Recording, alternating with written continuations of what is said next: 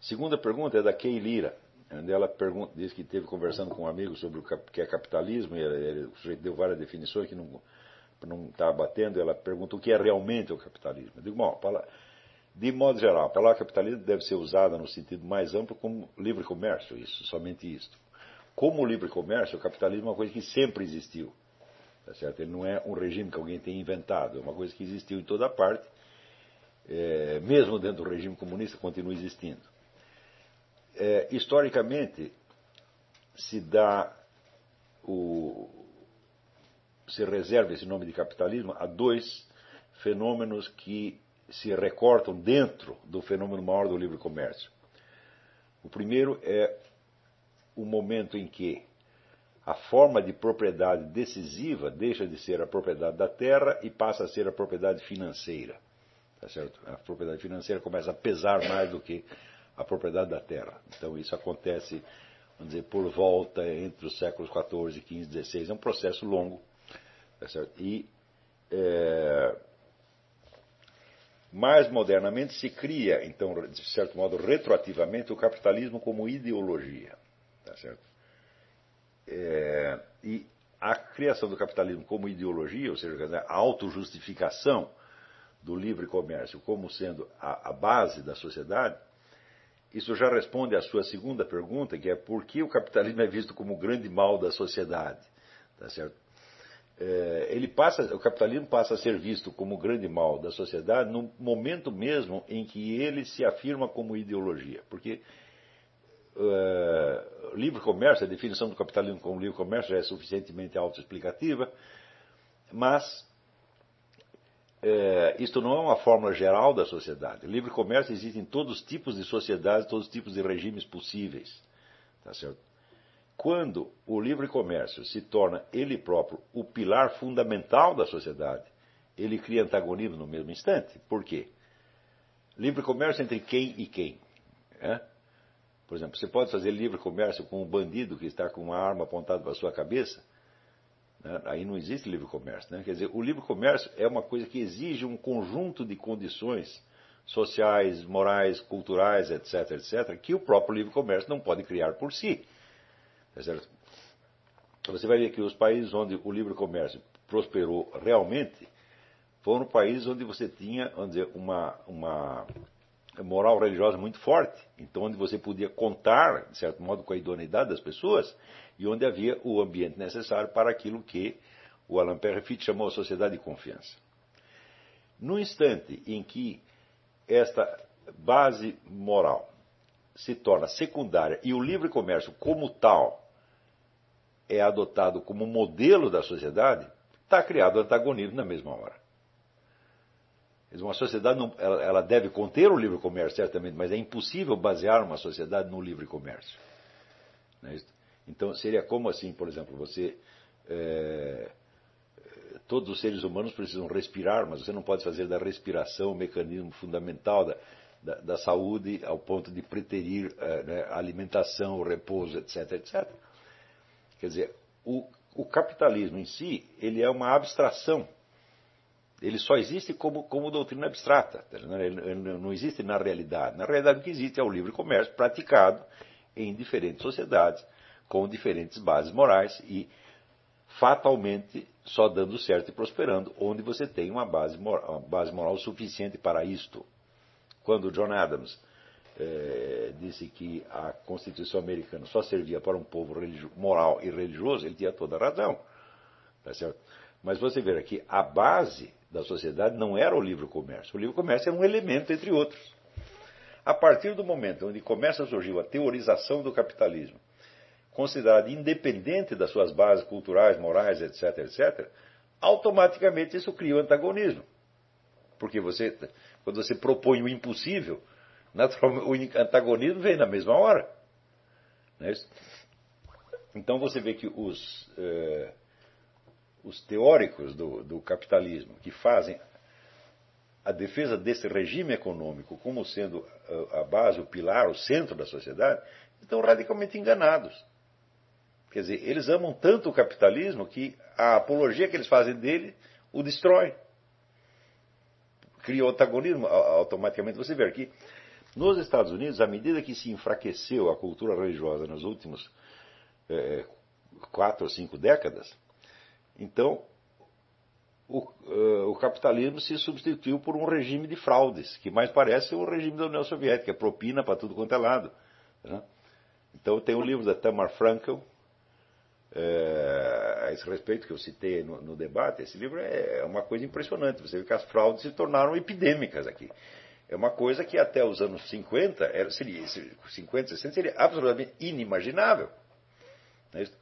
Quando que um tipo como George Soros conseguiria prosperar no antigo capitalismo americano? Nunca. Né? Até um bandido como John D. Rockefeller foi obrigado a se autodisciplinar, a virar um sujeito bonzinho e espalhar benefícios por toda a sociedade. Né? Então, quer dizer, a atividade de livre comércio era pautada, vamos dizer, pela moral. E não é o livre comércio que cria moral. Esperar que uma moral nasça do livre comércio, né, como esses teóricos liberais esperam, isso é loucura completa. Nunca, o sistema econômico, qualquer que seja, não pode ser a base da sociedade. De jeito nenhum. Então, o sistema econômico é, por natureza, a geração de meios, ele não pode ser a determinação dos fins. Então, é quando o capitalismo cresce e prospera a tal ponto que algumas pessoas começam a tomá-lo como se fosse uma entidade em si, uma coisa independente da base histórica, cultural, moral, bom, está criado o antagonismo no mesmo momento. Porque o antagonismo é gerado por uma proposta impossível. Agora, note bem, a proposta socialista também é impossível. Se vocês leram a minha análise que eu apresentei no debate, vocês verão que o socialismo não existe e não pode existir. Então, vamos dizer, o capitalismo, no sentido que os liberais, entre aspas, propagam, quer dizer, sendo a sociedade livre comércio, assim, livre comércio e democracia representativa, fazendo abstração de outros valores morais, religiosos, etc, etc. É uma coisa absolutamente impossível. Isso não dura um dia. Onde quer que você tente implantar isso, só vai aparecer inimizade, rancor e um montão de socialistas, na mesma hora. Tá certo? E como o socialismo, quer dizer, a extinção do livre mercado também é impossível, por motivos econômicos, que já o Ludwig von Mises já explicou em 1922, então o que vai haver? Vai haver um capitalismo socializante. E vai ficar sempre nisso, quer dizer, vai estar sempre tendendo a um controle maior do Estado e, ao mesmo tempo, o mercado por si mesmo gerando novos recursos, né, que lhe dão uma força independente do Estado. Isso é o que vai continuar a acontecer. É o que acontece na China, o que acontece na Rússia, o que acontece aqui, o que está acontecendo em toda parte. E isso só vai parar no instante onde as pessoas desistirem de definir a sociedade eminentemente pelo seu regime econômico. Né? Tão logo você restaura o senso de moralidade, religião, etc., etc., volta o livre comércio à sua condição normal de sempre. Bom, vamos continuar lendo aqui. Então ele leu esse parágrafo do Althusser, que esse realmente não faz sentido. Mas tem outro que faz, hein? Essa era a voz do marxismo de rua de 1968. Cada sentença curvava sobre Simão como uma unha encravada. Olha que bela imagem. Que crescesse para dentro, apontando sempre para si mesma. Gilles Deleuze e Félix Guattari, filósofo e psicanalista respectivamente, eram mais competentes do ponto de vista retórico, e o livro mais influente da dupla, L'Anti-Oedipe, que consistia de extravagantes vícios de imaginação, foi mais influenciado por Marcel Duchamp. Marcel Duchamp é aquele sujeito que botou um pinico numa exposição, como, né? E André Breton, que era o teórico do surrealismo, do que por Freud. Mais adiante nós vamos ler um parágrafo do André Breton, que é um negócio terrível, né? Do que por Freud. Deleuze e Guattari descrevem o ser humano como uma máquina desejante, um corpo esvaziado de seus órgãos, e convocam Marx e Freud como testemunhas da conclusão de que essa é a verdadeira explicação da esquizofrenia e de que as coisas não poderiam ser diferentes, já que o corpo sem órgãos é apenas uma outra maneira de chamar o capitalismo. Isso é o que acontece aos seres humanos quando a edipanização imposta pelo regime consumista esvazia o receptáculo biológico no qual o ser humano está contido. Bom, qual é, vamos dizer, o fundo de verdade que existe nessa análise? Se você imaginar que existe em algum lugar um capitalismo puro, ou seja, um lugar onde todas as relações humanas foram reduzidas, né, certo? As relações de mercado, sem nenhuma outra interferência, nem cultural, nem religiosa, nem política, nem nada, nada, então, de fato, os seres humanos são apenas máquinas desejantes. É uma máquina que ela quer isto, ela quer isso. Por exemplo, o Olavo quer uma espingarda, ele quer caçar urso. São desejos e ele vai atrás desse desejo. Então, se você... Mas esse capitalismo existe em algum lugar? Não, ele é um modelo inventado. Você verá, por exemplo, se você pegar a história da formação do capitalismo em qualquer lugar do mundo, você verá que esse capitalismo tomará uma direção completamente diferente conforme os fatores culturais envolvidos. Né? Por exemplo, nos Estados Unidos, a formação americana foi sobretudo através das comunidades religiosas. Como que os Estados Unidos se expandiam? O sujeito ia para o interior e montava uma igreja. Em volta da igreja montava a cidade. No Brasil, a formação foi muito diferente. O sujeito ia para o interior e montava um quartel. Em volta do quartel, às vezes, se criava até uma igreja, uma comunidade religiosa. Mas o exército vinha primeiro. O exército que criou o Brasil. O Brasil nasce na Batalha de Guararapes. Então, a partir da hora que você tem o exército brasileiro, você tem o Brasil. Antes disso, não. Agora, na formação americana, quando chegou o exército americano, foi muito mais tarde. Você vê aqueles pioneiros que iam para o interior, eles às vezes tinham problemas lá com os índios, eles ficavam, pelo amor de Deus, implorando que o governo mandasse o exército. O governo levava apenas 20 ou 30 anos para mandar o exército para lá. Então, o exército não fez parte do empreendimento de criação da América. Ele foi só um elemento consolidador e ordenador que veio depois. O que ia primeiro era um pastor com a Bíblia. E este cara criava a comunidade. Então, isso quer dizer que, vamos dizer, a criação no sistema de relações econômicas era posterior à civilização religiosa. Então, quando se estabelecia a rede de relações capitalistas, já havia tingida de religião protestante até o fundo da alma. Você acha que esse capitalismo pode funcionar da mesma maneira, né, do que imaginamos um capitalismo sem isso?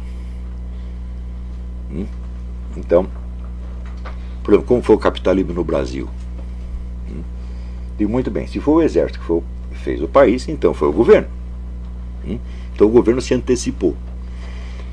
Você vê que em 1500, sei lá, 1540 e pouco, quando chega o governador Mendes Sá, ele traz uma constituição com as ordenações do reino, ele tem o ministro da Justiça, que é o ouvidor geral, e ele tem o ministro da Fazenda, que é o provedor geral. Você tem um governo organizado, mas não tem população. Então, no Brasil, o Estado sempre se antecipou. Quando surge o capitalismo no Brasil? Surge na década de 30, quando o sujeito chamado Roberto Simons, ele lê o livro do economista romeno Mihail Manuilescu, Teoria do Protecionismo. Então, descobre a função protetiva que o governo pode ter sobre o desenvolvimento do capitalismo.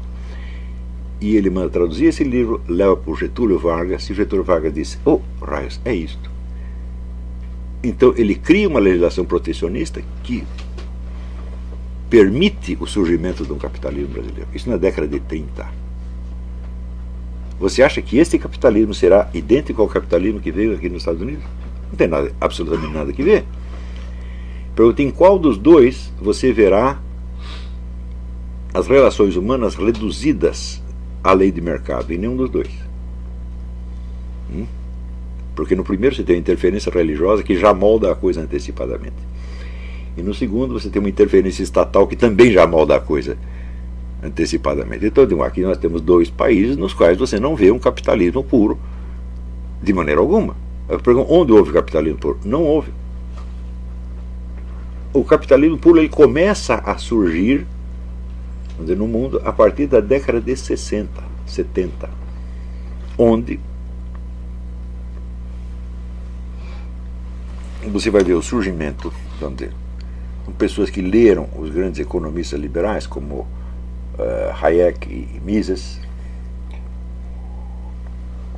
e acreditam que a partir da ciência econômica você pode criar toda uma nova cultura, uma sociedade todinha centrada na economia. Então a economia liberal se torna o molde de todas as relações humanas.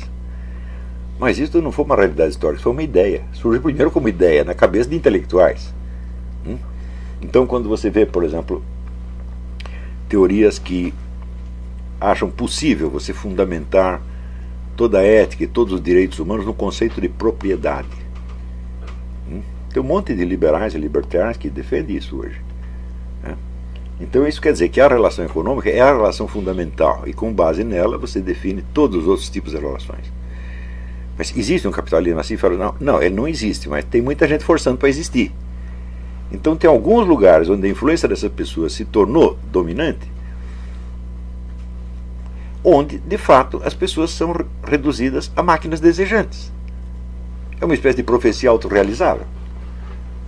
Só que, quando Deleuze e Guattari escreveram isso, esse capitalismo não existia.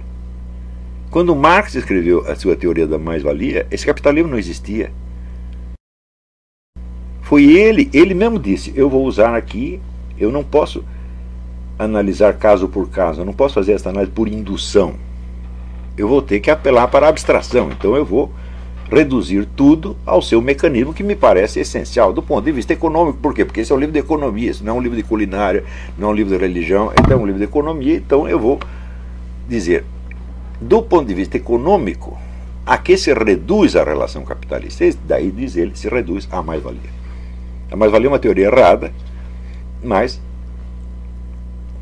eu acho que a ideia de, num livro de economia, você reduzir um regime ao seu processo econômico central é uma ideia quase inevitável. Você não há outra coisa que você possa fazer, a não ser que você não queira escrever um livro de economia, mas queira fazer uma análise geral, cultural, ética, etc., do capitalismo, que não era a presunção de Marx. Então, quando Marx define o capitalismo pela mais-valia, ele já está falando de um capitalismo ideal, um capitalismo que não existe em parte alguma. Mas ele dirá que esse mecanismo da mais-valia ele está presente em todas as sociedades capitalistas. Eu digo, sim, ele pode estar presente, caso a mais-valia existisse, que a meu ver não existe, mas mesmo supondo que existe. Ela pode estar presente em todos os regimes capitalistas, mas é ela que preside fundamentalmente a todas as relações humanas? Ou você tem outros fatores muito maiores? Então, por exemplo, num estado de guerra, quem está preocupado com mais-valia? Ou digamos, numa comunidade religiosa, suponhamos, você vai aqui, pega a igreja metodista daqui, bom, quem está preocupado com mais-valia ali? Em extrair a mais-valia de quem quer que seja? Me parece que ninguém. Então, Marx já fala de um capitalismo ideal. Esses camaradas leram Marx e acreditaram que esse capitalismo existe. Nesse capitalismo, então, vamos dizer, a realidade orgânica das pessoas, tanto física quanto psicológica, desaparece e as pessoas se transformam em máquinas de consumir.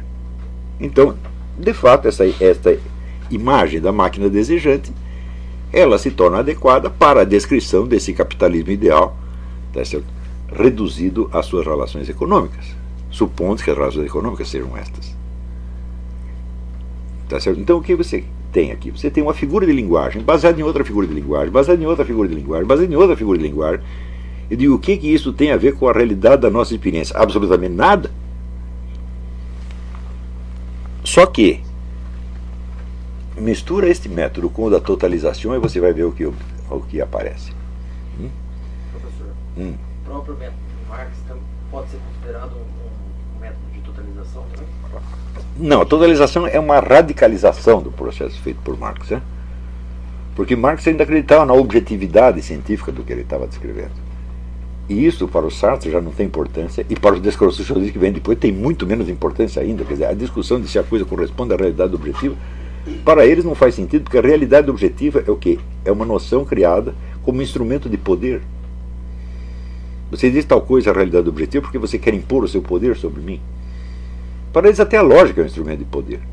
Toda argumentação é imposição de poder. Ele vai lá para o sujeito, prova, assim, com toda a paciência, mas o sujeito diz, não, você está me oprimindo. Porque, veja, a ideia de ter razão, ou de você estar dizendo a verdade, ou contestando uma falsidade, não existe mais. Só existe eu contra você.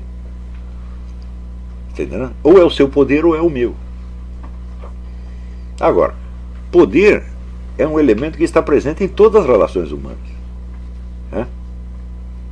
Assim como está presente, por exemplo, o amor. Assim como está presente a utilidade, a conveniência. Tem vários elementos que estão presentes em todas as relações humanas. Mas não quer dizer que este elemento predomine ou determine todas as outras. Existem alguns momentos onde a relação de poder predomina sobre todas as outras. Por exemplo, você é o prisioneiro e eu sou o carrasco que está lá te torturando. Não há outra relação senão a de poder. Claro que existem elementos fisiológicos porque não dependem do poder. A estrutura do meu corpo é idêntica à sua. Não foi o meu poder que criou isso, nem o seu. Mas nós fazemos abstração disso e reduzimos a análise somente ao aspecto do poder. Eu estou batendo e você está apanhando. Ou você está batendo e eu estou apanhando. Aí simplificou. Mas como é que nós podemos pegar esta relação e encarar todas as relações humanas sobre esse prisma? Por exemplo, você pega uma relação sexual, é uma imposição de poder. Diz, sim, mas sou eu que estou forçando a mulher a me dar ou ela que me forçou a comê-la? Isso é um problema. Aí depende. Se eu sou homem, eu digo que foi ela que me forçou. Se eu sou mulher, eu digo que foi ele que me forçou. Então, assim, é eu contra você. Não há outra categoria de pensamento, está entendendo? Todas as outras são invalidadas automaticamente. Então, se você falar, por exemplo, em amor, em beleza, etc, ou sei lá, afeição familiar, tudo isso são instrumentos de poder. Assim como Marx reduziu tudo à mais-valia, mas ele não reduziu tudo, Marx admitia que existem outras dimensões da realidade que também pesam. Ele só dizia, em última instância, a relação econômica predomina, mas em última instância. Porém, quando chega aqui no Deleuze e Guattari, não existe mais nada, só existe a relação econômica.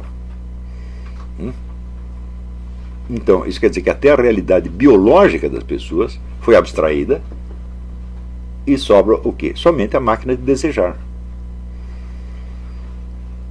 E daí eles tiram a conclusão, falam, bom, isso aqui deve ser a base da esquizofrenia. Falam, bom, visto assim, de fato, pode até ser. Só que acontece que este processo que você está descrevendo, ele não existe, ele é uma abstração.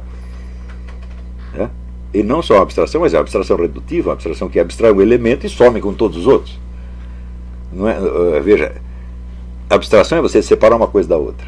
Mas não quer dizer que elas sejam efetivamente separadas. Por exemplo, eu sei distinguir entre você e sua cabeça.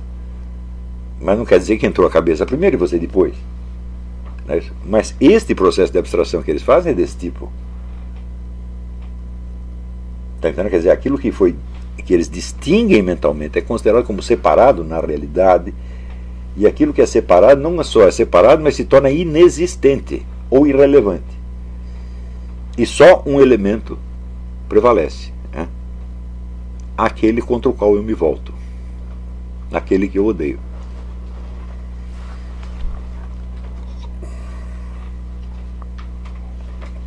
Mas acontece que, veja, nós não podemos destruir essas ideias sem você reconhecer o coeficiente de verdade que elas têm. E essa verdade é uma verdade hipotética, construída a partir da noção da mais-valia. Quer dizer, você primeiro reduz todos os capitalismos, entre aspas, existentes a um único mecanismo essencial. Você determina que este mecanismo é essencial e que ele impera sobre todos os outros, ao ponto de neutralizá-los. Você reduz os capitalismos a um modelo esquemático, e é claro, dentro desse modelo esquemático só pode existir personagens esquemáticos, que se tornam então o quê? Máquinas desejantes, desprovidas de uma realidade própria, de uma consistência psicofísica, biológica, etc, etc, etc. Então, bom, essa análise é verdadeira, eu digo, se no reino das hipóteses, sim, faz algum sentido, não é um absurdo total. Só se torna absurdo porque, vamos dizer, as suposições que você está fazendo, quer dizer, as hipóteses que você montou, lhe parecem a realidade. Ou seja, você cria mentalmente um esquema E em seguida você o enxerga na realidade como se ele fosse objeto não de construção mental, mas de experiência. Está entendendo? Então a gente cai naquele problema que o senhor falou na aula passada, de você aprender um fenômeno e saber escrever isso em palavras. Mas veja, esse é a maior dificuldade do ser humano. Deus nos fez de tal maneira que nós percebemos essências na primeira. Por exemplo, eu vejo um gato, eu sei o que é gato. Sei o que é gato só esse gato? Não, eu sei o que é gato em geral, porque ele tem todas as características da espécie. Se faltar uma, ele não é um gato. E tem mais ainda, depois eu te digo mais, até mais coisa. Porém, nós somos assim desde que nascemos. Porém, para aprender a falar, quanto tempo você leva? Segundo, quando te ensinam a linguagem, eles já fazem uma linguagem apropriada a dizer tudo aquilo que você está percebendo? Não, a linguagem é a mesma para todos. Pô. Não é isso? Ademais, a língua que lhe ensinam, a língua está no estágio de evolução que ela tem naquele momento, não do dia seguinte. E pretendo, inclusive, pelo que tudo indica, te ganhar no primeiro turno. Eu lamento. Já olhou para alguém e pensou, o que passa na cabeça dela?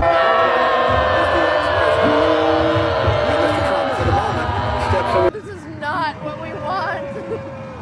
We are witnesses to the most ruthless attack on a president and the people who voted for him, and the free system that allowed it to happen in American history. From the highest levels of government to their media, universities, and billionaires, their hateful defiance of his legitimacy is an insult to each of us. But the ultimate insult is that they think we're so stupid that we'll let them get away with it. These saboteurs slashing away with their leaks and sneers, their phony accusations and gagging sanctimony, drive their daggers through the heart of our future, poisoning our belief that honest custody of our institutions will ever again be possible, so they can then build their utopia from the ashes of what they burned down. No, their fate will be failure, and they will perish in the political flames of their own fires. We are the National Rifle Association of America, and we are freedom's safest place.